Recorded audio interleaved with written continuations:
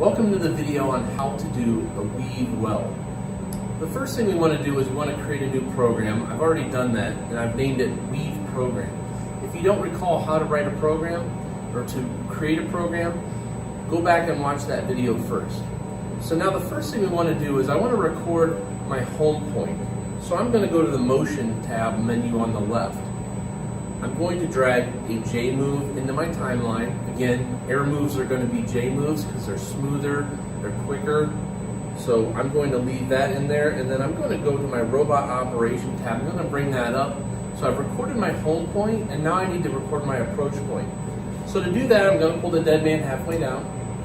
And I don't want to end up in singularity where all J4, 5, and 6 are all lined up, because I'll end up with a singularity halfway down if I leave my arm in this configuration. So what I'm going to do is I'm just going to twist the joints out of alignment a little bit so that doesn't happen. And then I want to go down to an approach point that's directly above my weld start, but isn't going to be low enough that when it moves to that point that I run into anything. So I want to make sure I'm clearing everything. So I like that point. I'm going to record it as a J move. I'm going to drag that into my timeline. So now I want to keep this torch angle that I have in this work angle, and I want to lock those in. So I'm going to go to translation, and I'm going to bring the teaching weight down to about 10% there. That allows me to have a little more control when I'm down in the joint and the arm's not going to get away from me and run into the part. So now I can pull my dead man down, and I can move down to my weld start position. Again, I'm using my contact tip to work distance of my wire there to judge where my weld start is. So there's my weld start. Now I need to minimize my Robot Operation tab, and I'm going to go to the Arc Tool menu on the left. First thing I'm going to do is I'm going to drop a weld start with motion into my timeline. Then I'm going to move on to my weld end, and let's record that point. So let's move down here.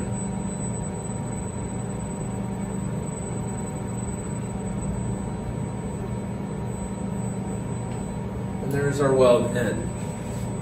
Now I'm going to drag a weld end with motion into my timeline. And then next we need to do a retract point, a point that's going to force the arm to go through before it goes back to the home position. If we were just to go from a weld end back to the home, it's possible we could hit a clamp or the part, and we don't want to do that. We don't want to hit the fixture or do something bad. So we want to go directly above our weld end point. So let's pull this up 3 or 4 inches so we know we're going to clear. And now I can go back to my motion menu on the left and drag another J move into the timeline. Now to go back home, I can try and guess where I was and try to move the arm back to a home position that was close to where I started.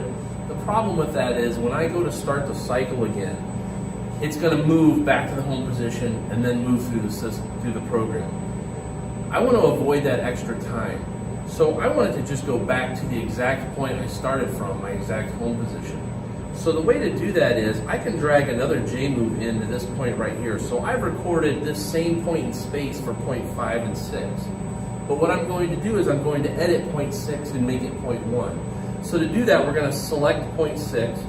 And you'll notice here it says at the top of that menu, position 6. So if I hit the drop down menu where the 6 is and I choose a 1, now position 6 is no longer in the menu, it's gone, and it's going to go back to position 1. So now I can deselect that point, and now I have my program ready. The last thing I want to do is set up my weld settings and my weave settings.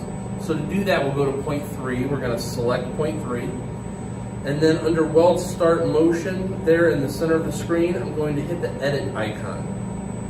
The edit icon is going to bring up my weld procedures that are available to me. I want to use the rapid arc procedure for this, so I'm going to click on the drop down menu next to weld procedure 3 rapid arc. If I highlight the actual weld procedure, I can comment and call it something. I can choose what type of procedure it is. This is a standard procedure. Make sure that you're not on multipass. Those are only used for multipass procedures. The next thing I want to do is go down to the mode. I can click on the change weld mode icon, and I can choose from my history. I can select from a search list. Again, I can choose what material, what diameter of the wire, what mixture of gas, and then do a search, and it'll give me what's available as far as weld modes in the power wave. And then lastly, I can enter the number directly. So I've already pulled up weld mode 13, which is for 035 diameter steel wire with an argon CO2 mix, and I'm currently going to be using 90-10 mix. So I'm going to go to a detailed settings page now on the left, and if I want to choose ramping, I can enable that right now, and if I want to track, I can do that by clicking on that tab right there. I'm not going to do either for this demonstration. We're actually not going to weld, but I just want to show you that that's where those settings are if you want to do those things. We can go now back to the left. We'll go down to the weld start setting. Again, we could turn on a run-in so I can enable it and then use the drop-down next to it. And then I have my wire feed speed settings. I'm not going to use a run-in, so I'm going to minimize that and disable it. Also, towards the top right, I can go to the gas tab and I can set a purge or a pre-flow. Lastly, we'll go over to the left again. We're going to go down to our schedule list. So there are 8 schedules in this weld procedure. These are 8 different places I can set weld settings to call when I need them. So you'll notice the first one I've labeled it the weave, and the second one is the weave crater. The weave crater is going to be our weld end with motion that's in our timeline in our program. So we can actually edit it now rather than just edit the weave and then go back to our program, click on weld end, go in here and edit it again. There's no need. Let's just save the time and edit it now. So let's go to schedule 1 weave. I'm going to hit edit, and this is where I commented it and called it weave. I've set my wire feed speed for 600 inches per minute, my trim for 1, and my travel speed for 10 inches per minute. Now I have a choice of offsets. That's only for multi-pass. I'm not going to use that. I have my weave tab. I can set my weave settings, and I'll come back to that. And then again, if I'm using tracking, I can enable that by clicking this drop-down menu. But I'm going to go back to the weave tab. I'm going to set my frequency for 10 hertz, and my amplitude is only half of the width that I'm actually moving. This is 4 millimeters from center to one side. So I'm going to have a total of 8 millimeters of total weave width movement. And then I'm going to set a dwell of 1/10 of a second on each side. Now if I go back up to the top, I have a back button. Not the one in the top left corner, that'll take us back to the program, but it's the other back button that's just off to the left of the middle there. I'm going to click on that. And again, I want to edit my weld end setting since I'm already in here. So I'm going to click on Schedule 2 Weave Crater, and I'm going to hit Edit. I've commented it as a weave crater. I set my wire feed speed for half of what my weld speeds were, and I set my trim for the same as 1. And I don't need a travel speed because this is actual weld end. It's not going to be moving. And my delay time is usually going to be anywhere from 3/10 of a second to 8/10 of a second. I have this for this particular demo. 8/10 of a second usually seems to work the best.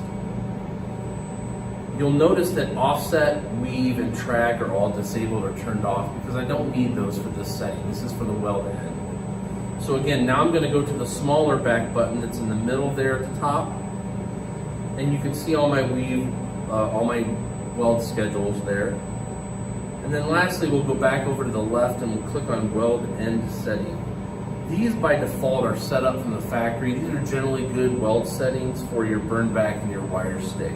You can change these as you need to. Also at the top right, you'll notice there's a gas tab where I can set up a post flow. Now I'm ready to go back to my program, so I'm going to hit the big back button on the top left corner. So the last thing I need to do is choose my weld procedure and my weld schedule for my weld start. So I'm going to use the drop-down menu for my weld procedure, and I'm going to click on Weld Procedure 3 Rapid Arc. I'm going to choose Weld Schedule 1, that's my weave, and then you can see all of my settings. If I click on weaving, there's also the settings for the weave. So now we have that set up, so we can deselect our weld start. Now we'll select point 4, our weld end. We'll choose the same weld procedure 3, and then our weld schedule will be weld schedule 2, the crater fill. And then you can see all the settings for that. Now we're ready to run the program. So I'm going to deselect point 4, and then I want to disable my tablet on the top right corner, and that very top right corner icon, it looks like a tablet with a hand pointing to it. Now I have a tablet with a line through it, so it's disabled. So now I'm ready to run my program. Then I'm going to pull up the play tab.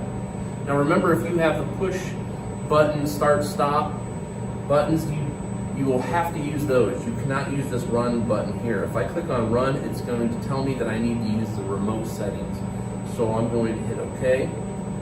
And on your first run through a cycle, you want to go at 50% or less, because you want to make sure that you're running at a slow speed, that you're not going to hit anything. I know that this is going to be fine because I've done this program many times, so I'm going to turn it up to 100% override for the sake of time. And then we're going to hit the green button. And now it's going to start from the very beginning of the program.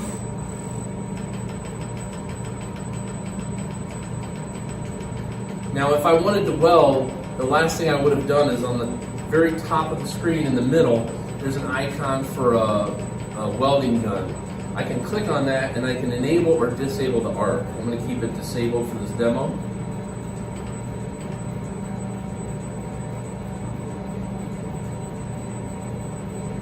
There's our weld end, our retract point, and back to home. And that's how you write the leave program.